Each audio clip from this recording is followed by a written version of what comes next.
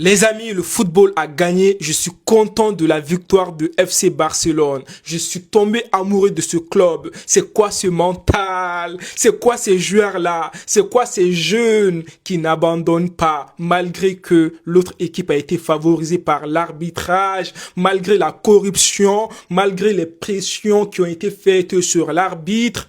Le FC Barcelone n'a pas abandonné. Le FC Barcelone a tenu jusqu'à la fin. Les amis, je vous le dis clairement, je ne voulais plus regarder ce match-là vers la fin du match, tellement que j'avais la haine contre l'arbitrage. J'avais la haine contre ce Real Madrid. On va commencer déjà, les amis, par Kylian Mbappé, s'il vous plaît. Kylian Mbappé, merci beaucoup. Tu as marqué ton premier coup franc de ta carrière. Je te remercie pour ça. Maintenant, je dois clasher le Real Madrid. Je n'ai pas de choix. Moi, je suis pour la vérité. Je m'en fiche. Le Real, on a perdu. On a bien mérité. On ne méritait pas cette victoire. On ne devrait pas gagner. Même si on avait gagné, j'allais pas commenter ce match. Parce qu'on a tous vu ce match. Ce match, c'était une corruption.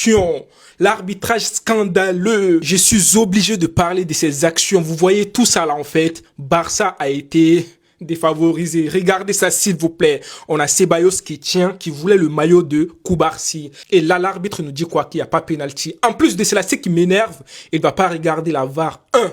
De 2 maintenant, on va regarder ça Valverde. Valverde, il n'y a pas pénalty aussi.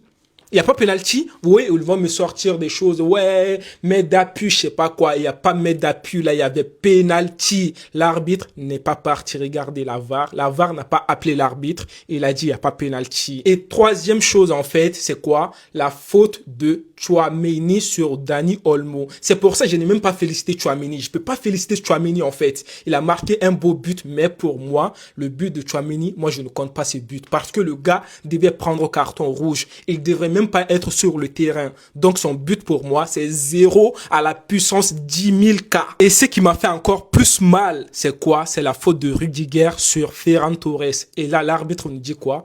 Il n'est même pas parti regarder la VAR. Il a dit il n'y a pas penalty. Et tout d'un coup, après quelques minutes ou quelques secondes, Rafinha va obtenir un penalty. L'arbitre, il va dire qu'il y a penalty. Et après, la VAR va appeler l'arbitre maintenant. L'arbitre va regarder la VAR. L'arbitre va dire quoi? Qu'il n'y a pas penalty. Les amis, sur l'action de Rafinha, il y a des doutes, ok? On peut dire oui, il n'y a pas penalty, ok.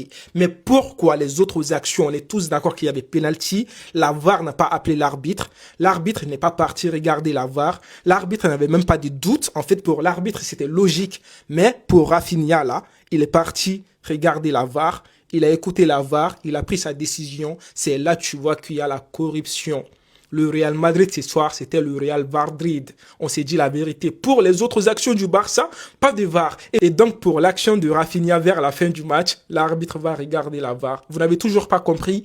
On s'est dit la vérité. Pour moi, le football a gagné. Le grand Barça est plus fort que le Real Madrid. Il n'y a pas de débat, les amis. Je suis content pour le FC Barcelone. Je suis tombé amoureux de ce club. Même si je ne suis pas barcelonais, je vous jure, je suis tombé amoureux de ce club. Visca Barça.